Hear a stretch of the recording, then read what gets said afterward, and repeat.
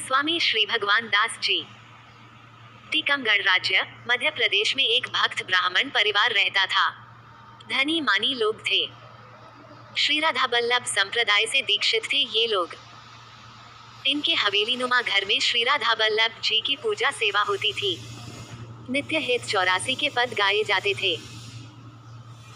इनके यहाँ ही श्री भगवान दास जी का जन्म हुआ। इनका नाम ज्योतिष की गणना करके भगवान प्रसाद ही रखा गया था। बचपन से ही वैष्णव संस्कार इनको प्राप्त हुए थे। जो है अच्छा है, ठाकुर जी बुरा करते ही नहीं हैं, यही इनको सिखाया गया था। ये बचपन से गाते थे, जोई जोई प्यारो करे सोई मोहि भावे। पिताजी इनसे बहुत स्नेह करते थे। 4 पुत्रियों के बाद इनका जन्म हुआ था, इसलिए भी पिता का इनके प्रति विशेष स्नेह था। पर काल की गति कौन जाने। 5 वर्ष के ये थे कि इनके पिताजी चल बसे। ओह, सब रो रहे हैं। पिता का शव धरती में पड़ा है। माता बिलख रही हैं, चूड़ियां तोड़ रही हैं। घर में कोई नहीं ऐसा जो रो न रहा हो। पर 5 वर्ष का बालक भगवान प्रसाद गंभीर होकर अपने पिता के शव को देख रहा है। माँ, माँ, आप क्यों रो रही हो? अपनी माता से पूछ रहा है बालक। तेरे पिता मर गए, माता ने चीखते हुए कहा। क्या वो कभी मरते नहीं? मेरे पिता अमर थे क्या? ये प्रश्न सुनते ही माता ने चौंक कर बालक की ओर देखा। माता के आंसू तुरंत सूख गए। ये क्या प्रश्न किया था 5 वर्ष के बालक ने? माँ, जब उन्हें मरना ही था तो क्या हुआ ऐसा कि आप इतना रो रही हो? सब स्तब्ध हो गए थे। माता बस अपने इस बालक को देखती रही थी। वो मुड़ा और घर के मंदिर का पट खोल दिया और नित्य की भांति जोई जोई प्यारो करे सोई मोहि भावे अपने परिवार के सेव्य श्री राधा बल्लभ जी को पद सुनाने लगा। बालक की ऐसी उच्च भक्ति की स्थिति देखकर सब चकित थे। अब बालक बड़ा हो गया था, 10 वर्ष का। बालक का मन शिक्षा में कम लगता, सत्संग कथा आदि में ही ये लीन रहता। ये सीधा सीधा संतों की खोज करता।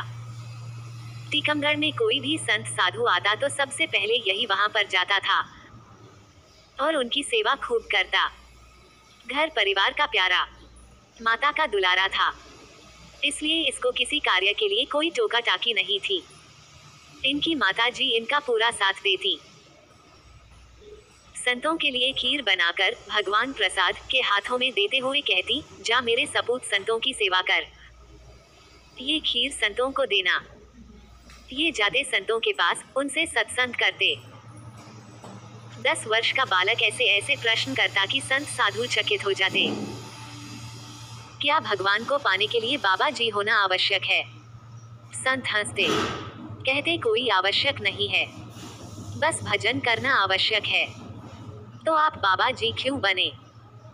इस प्रश्न पर संत हंसते और चुप हो जाते। ये खूब प्रश्न करता। कभी कभी तो संतों को भी झुंझलाहट होने लगती। क्या भगवान मिलेंगे? एक दिन श्री वृंदावन के साधु पहुंचे टीकमगढ़ में और राजमहल के अतिथि थे, क्योंकि पूर्व में टीकमगढ़ का परिवार परम भक्त रहा है, इसलिए राजमहल में श्री वृंदावन के संत आते रहते। इस बार भी आए तो ये भगवान प्रसाद वहां चला गया। नाक तक तिलक, देह में रज लपेटे हुए, मुस्कुराता मुखमंडल, गले में मोटी तुलसी की माला, बोलती आंखें, अद्भुत आध्यात्मिक ऊर्जा से भरे हुए ये महात्मा क्या भगवान मिलेंगे? ऐसे ही प्रश्न कर दिया था। क्यों नहीं मिलेंगे? वो हम लोगों से मिलने के लिए ही तो बेचैन हैं। ये बात साधु ने जैसे ही कही, कहने में गहराई थी। अनुभव की बातें हृदय को छू जाती हैं। भगवान प्रसाद ने जैसे ही सुना वो चौंक गए। उनके देह में रोमांच हुआ। फिर कैसे मिलेंगे? इस बार का प्रश्न सुनकर महात्मा खूब हंसे। बालक, जितनी तड़फ होगी उतनी ही शीघ्र वो मिलते हैं। अब बताओ तुम्हारे अंदर तड़फ कितनी है? भगवान प्रसाद इस बार चुप हो गया। वो सोचने लगा। फिर दूसरा प्रश्न किया, क्या बाबा जी बनना आवश्यक है? भगवान प्रसाद का ये प्रश्न सुनकर उन महात्मा ने इस बार गंभीरता अपनाई और कहा, तुम कालक्षेप कर रहे हो।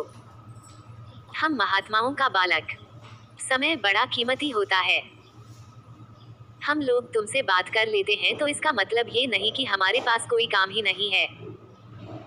तुम अच्छे जिज्ञासु बालक हो, पर अभी पक्के नहीं हो। जाओ तुम। भगवान प्रसाद वहां से चला गया अपने घर। पर ये साधु विलक्षण थे, अन्यों की तरह नहीं। भीतर से झकझोर दिया था भगवान प्रसाद को। श्रीमथुरा दास जी नाम था उन महात्मा का।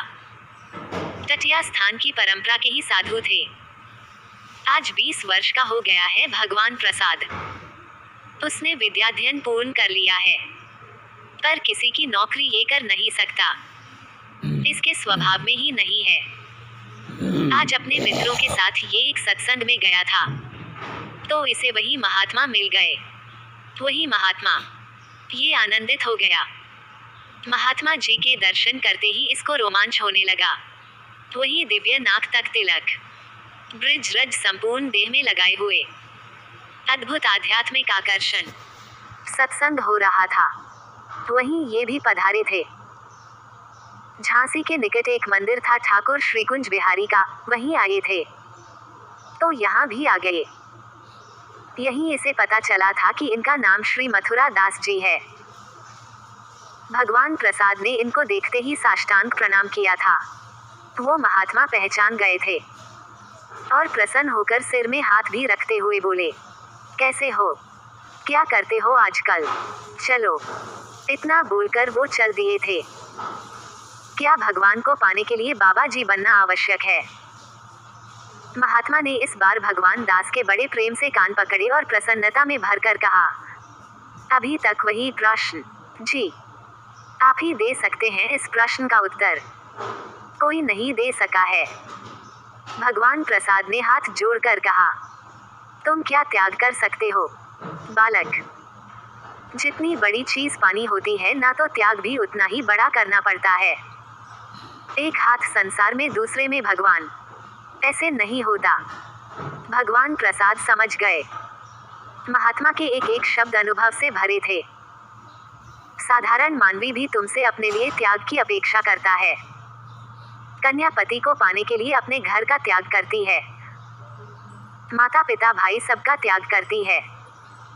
भगवान प्रसाद सोचता हुआ चल रहा है, एक साधारण पति नहीं मिलता बिना त्याग के तो भगवान प्रसाद घर गया, पर ये क्या हुआ उसके साथ?